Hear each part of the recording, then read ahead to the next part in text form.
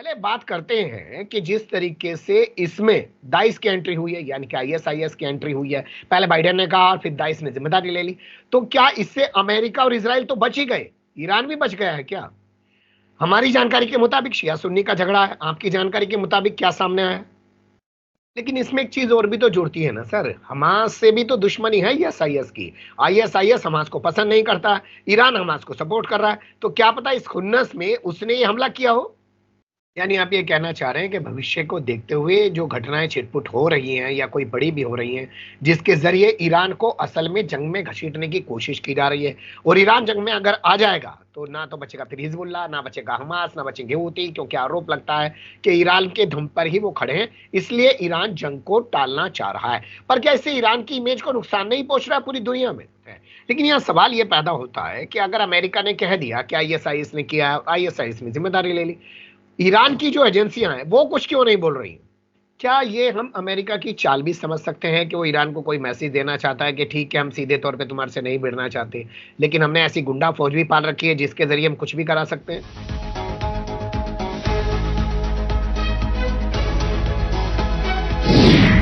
धाकड़ खबर, बेखौफजुमा, बेबाक अंदाज।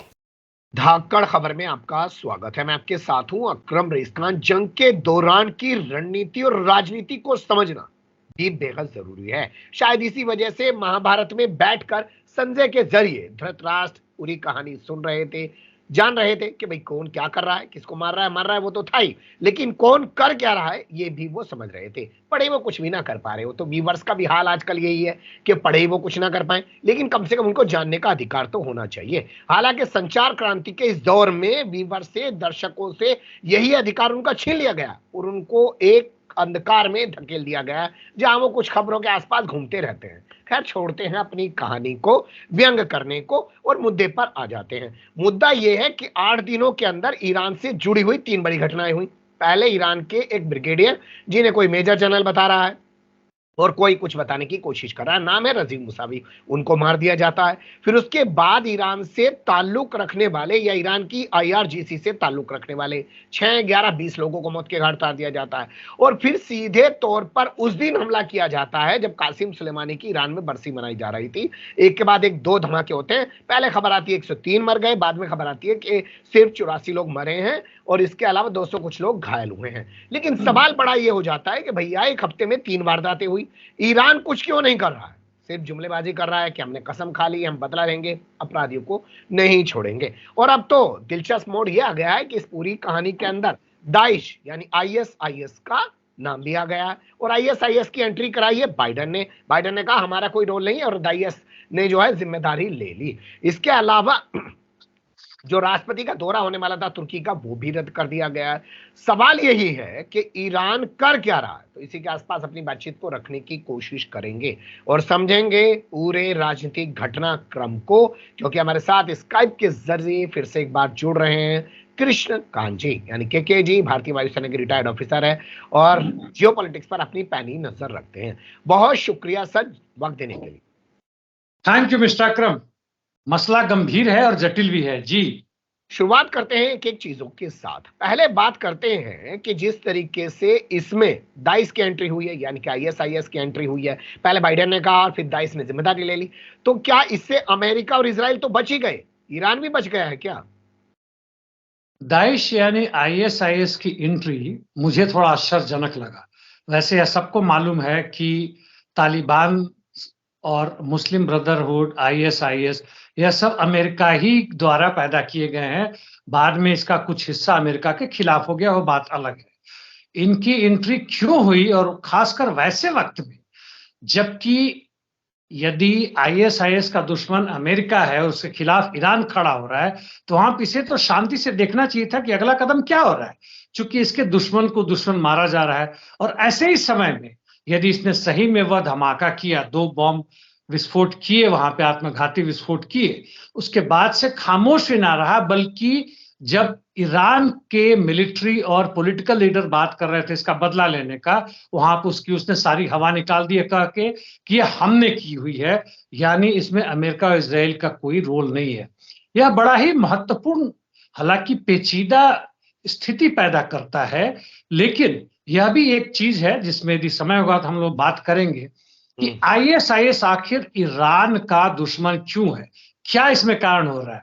यह बड़ा ही द्वंद्वात्मक विषय है। जी, इसी सवाल को सीधे ले लेते हैं क्योंकि इसे आगे जाके लेना ठीक नहीं होगा। हमारी जानकारी के मुताबिक शिया सुन्नी का झगड़ा है, आपकी जानकारी के मुताबिक क्या सामने आया है?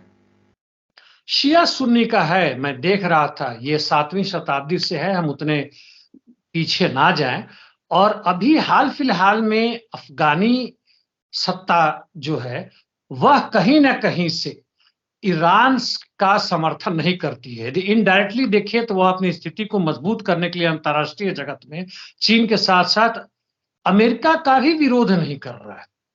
और यहाँ पे इसके पहले भी आईएसआईएस ने ईरान में कई धमाके किए थे, पिछले वर्ष भी किए थे और उसके 3-4 वर्ष पहले भी किए थे, जिसमें पिछले बार उसने अयतुल्ला खुमानी के कब्रगाह या उसके इर्द गिर्द में धमाके किए थे, कई लोग मारे गए थे।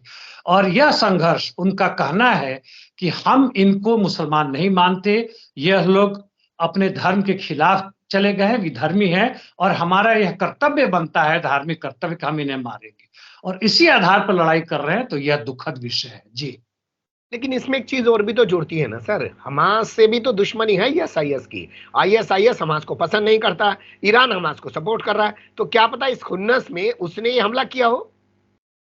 इसकी संभावना बनती है। हालांकि इस तरह के धार्मिक संगठन, मैंने पहले भी कहा है, इनका निश्चित एक रास्ता नहीं है, इकलौता है। इसका आवरण या इसके अंदर में भले ही वह कई बार लगता है कि अमेरिकी साम्राज्यवाद के खिलाफ है, लेकिन हमेशा नहीं, वो बदलते रहता। अमेरिकी साम्राज्यवाद से मदद भी लेते, जैसे इनका एक हिस्सा भिन्न भिन्न रूप में हो, या आईएसआईएस के करके है जो अफगानिस्तान में है, और जो सीरिया में लड़ रहे हैं उनके एक हिस्से को इनके पिछले राष्ट्रपति ने कहा था कि good ISIS and bad ISIS. ये बिल्कुल बकवास है, इसका कोई मायने नहीं है। और यहाँ पे वह हमास के, हिजबुल्लाह के या हुतीज के खिलाफत कर रहे हों तो वह उन ताकतों को कमजोर कर रहे हैं जो फिलिस्तीन और अमेरिका के खिलाफ लड़ रहा है। जी, इसे हम संयोग नहीं समझ सकते। आप सही कह रहे हैं कि भैया हमास से दुश्मनी है, ईरान को नुकसान पहुंचा रहे, ऐसा नहीं हो सकता है। लेकिन कुल मिला के मुद्दा तो यही आ जाता है कि जैसे ही आईएसआईएस ने जो है ऐलान किया और बाकायदा ईरान टीवी ने भी उस खबर को ब्रेक किया कि साहब उसने जिम्मेदारी ले ली है, वैसे ही लोग पूरी दुनिया में चर्चा करने लगे, लो भैया ईरान की जान छूट गई, अब ईरान को जंग में नहीं जाना पड़ेगा, सीधे तौर पर कहीं कुछ करने की जरूरत नहीं पड़ेगी। इसे आप कैसे देखते हैं? ईरान के धर्मगुरु जो सबसे बड़े लीडर हैं वहां के, उन्होंने एक आदेश पारित किया, खबर के हिसाब से या सलाह दी हो, जो भी हो, अपने मिलिट्री को कि अमेरिका से सीधे सीधे जंग ना ले। यह परिस्थिति क्यों आई, जहां एक तरफ खुद अमेरिका युद्ध नहीं चाहता है कि वो एस्केलेट करे मिडिल ईस्ट में, वहां पे इनडायरेक्टली, चाहे वह इजराइल के कारण हो, इंग्लैंड के कारण हो, वह इन पे दबाव ही डाला। जैसे आपने शुरुआत में कहा कि अमेरिकी समर्थक या अमेरिका ने सीधे सीधे ईरान के नेताओं के या मिलिट्री लीडर्स को मारा है। वहां पे अभी इनको यह समझ में आ रहा है, केवल हम धार्मिक नेता ही को ना कहें, पूरे ईरान के मिलिट्री और पॉलिटिकल लीडर्स को कहें कि एक तरफ उनको मदद करने वाला रूस अपने ही युद्ध में फंसा हुआ है, वहां पे यह नहीं चाहेगा कि एक दूसरा युद्ध शुरू हो। उसने देख रखा है कि किस तरह से अमेरिका ने, जो बढ़ती हुई क्षेत्रीय ताकत के रूप में उभर रहा था, पहले इराक को बर्बाद किया, उसके बाद से लीबिया को बर्बाद किया, सीरिया को वो इसलिए नहीं कर पाया कि रशिया उसके साथ में आ गए, रशियन फौज आ गई। ईरान एक, सही में कहें तो पूरे विश्व में यदि क्षेत्रीय ताकत के रूप में कहें तो सही में उभर रहा है। उसका नेवल हो, फोर्सेस हो, उसका आर्मी और एयरफोर्स हो, हर तरह से वो बढ़ रहा है। दूसरे कितनी भी जोड़ लगा ले वो इस रूप में नहीं है। इंडिया को ले, ब्राजील को ले या इवन टर्की को ले तो उस तरह से मान्यता प्राप्त नहीं है। और वहां पे अमेरिका की बहुत कोशिश रही है कई समय से, एक दशक से कम कि वह एटम बॉम्ब यानी यूरेनियम के संवर्धन के विषय पे हो या दूसरे विषयों को किसी तरह से उसको बर्बाद करे, वो सफल नहीं हो पा रहा है। लेकिन अभी भी यह समझ में आ रहा है ईरान को कि एक स्ट्रेटेजिक यानी दूरगामी लक्ष्य को लेकर एक शांति से धैर्य बनाकर, जो उनके नेता ने कहा, इसको करके हम आगे आने वाले समय के लिए तैयारी करें जिसमें अमेरिका को मात दें, और जिसको नहीं खुद आईएस और दूसरे जो धड़ा है इनसे लड़ रहे हैं उनको अभी देखा जाए और बाद में उसको किया जाए, तो यह उनकी तारीफ करनी होगी कि अपने ताकत के हिसाब से अपना वो फ्यूचर, प्रेजेंट और फ्यूचर बना रहे हैं। जी, यानी आप ये कहना चाह रहे हैं कि भविष्य को देखते हुए जो घटनाएं छिटपुट हो रही हैं या कोई बड़ी भी हो रही हैं, जिसके जरिए ईरान को असल में जंग में घसीटने की कोशिश की जा रही है, और ईरान जंग में अगर आ जाएगा तो ना तो बचेगा फिर हिजबुल्लाह, ना बचेगा हमास, ना बचेंगे हूती, क्योंकि आरोप लगता है कि ईरान के धुन पर ही वो खड़े हैं, इसलिए ईरान जंग को टालना चाह रहा है। पर क्या इससे ईरान की इमेज को नुकसान नहीं पहुंच रहा है पूरी दुनिया में? वह तो बिल्कुल पहुंच रहा है, इसमें संदेह नहीं है, लेकिन फिर भी इससे ज्यादा महत्वपूर्ण है कि ईरान अपनी ताकत को बचा कर रखे। वह बढ़ रहा है, वह निश्चित रूप से बढ़ रहा है। मतलब उसका नेवल विंग को एक छोटा सा एक एग्जाम्पल ले तो वह लॉन्ग रेंज मिसाइल तक वह बनाने में सक्षम हो चुका है, हाइपरसोनिक मिसाइल्स बनाने में, भले ही रूस के मदद से जो भी हो। उसके यूएवीज इतने ताकतवर हो चुके हैं कि विश्व में किसी का भी टक्कर दे सकता है, यानी ड्रोन्स की बातें हैं। तो इसमें यदि जरूरत है उस धार्मिक आधार को हटा दे, मिलिट्री को कुछ भी लेना देना नहीं हो, मिलिट्री पावर इस पे निर्भर करती है कि आपके पास कितनी ताकत बनती है, कितने क्षेत्र में आप अधिकार रखते हैं, कितना टेक्नोलॉजी आपका एडवांस है, कितना आपका अपना इंडस्ट्रीज बैकअप देने में समर्थ हो सकता है फ्यूचर में, दूसरे पर भरोसामंद नहीं है। और इस दिशा में आप बढ़ रहे हैं तो जरूरी है कि इसे धर्म से अलग करके देखें और अपनी इमेज को भी कुछ समय के लिए ताक पर लगा देते हैं तो जो अभी ईरान कर रहा है, मैं उस धर्म को अलग कर दे तो मैं उसको समर्थन देता हूं, और यह एंटी इंपेरियलिस्ट पावर और रिजीम के लिए और रीजन के लिए एक बढ़िया कदम है। जी, बिल्कुल सही आप कह रहे हैं। शायद इसी के तहत ईरान जो है धीरे धीरे करके अपने आसपास के पड़ोसी देशों में दौरे भी करता रहता है, उनको भी अपने यहाँ बुलाता रहता है, उनके यहाँ भी जाता रहता है। वो इस एरिया में असल में एक ताकत बनाना चाहता है। क्या उसी के सिलसिले में आज जो दौरा था तुर्की का, इब्राहिम रईसी का, यानी कि प्रेसिडेंट ईरान का, वो होना था? वो फिलहाल जो ये कासिम सुलेमानी की कब्र के आसपास जो हमला हुआ जिसमें लोग मारे गए हैं 2 धमाकों में, उसकी वजह से रद्द किया गया है? लगता तो ऐसी अभी जरूरत है उनकी कि अपने देश में रहे, वहां जाए, कुछ और इधर गड़बड़ हो जाए तो मुश्किल होगा, फिर भागना पड़ेगा, इसलिए टालना जरूरी था। और ये जो अपनी बात कही कि ईरान डिप्लोमेटिकली संबंध इस पूरे रीजन में बढ़िया करना चाहता है, जिसमें तुर्की भी है, सऊदी अरबिया भी है और दूसरे वैसे देश भी हैं जो ढुलमुल नीति अपना रहे हैं, प्रो अमेरिका एंटी अमेरिका के बीच में घूम रहे हैं। और इस के लिए जरूरत था कि उसके राष्ट्रपति, प्रधानमंत्री या जो भी उसके मिलिट्री लीडर्स है अपने आप को सुरक्षित रखें और अपने देश को मजबूत बनाएं। और यह अभी पोस्टपोन हो गया है, कैंसिल होने से बात नहीं है, फिर बाद में मिलेंगे, उसमें क्या है। जी, सही कह रहे हैं आप, के बाद में मुलाकात हो जाएगी। अभी हालात भी नहीं है, अभी देश की स्थिति देखने की जरूरत है। लेकिन यहाँ सवाल ये पैदा होता है कि अगर अमेरिका ने कह दिया कि आईएसआईएस ने किया, आईएसआईएस ने जिम्मेदारी ले ली, ईरान की जो एजेंसियां हैं वो कुछ क्यों नहीं बोल रही?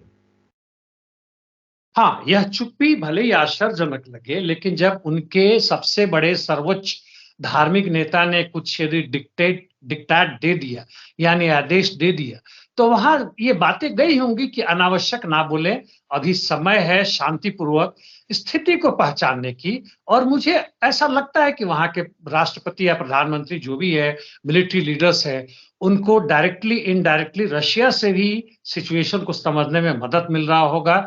चीन का कितना रोल है इससे मुझे नहीं पता, और इस हिसाब से वो अपनी पूरी की पूरी फ्यूचर का जो स्ट्रेटेजी है, टैक्टिक्स से स्ट्रेटेजी तक लेकर उससे बना रहे हैं, इसलिए उनको शांत होने का आदेश होगा। जी, क्या ये हम अमेरिका की चाल भी समझ सकते हैं कि वो ईरान को कोई मैसेज देना चाहता है कि ठीक है, हम सीधे तौर पे तुम्हारे से नहीं भिड़ना चाहते, लेकिन हमने ऐसी गुंडा फौज भी पाल रखी है जिसके जरिए हम कुछ भी करा सकते हैं?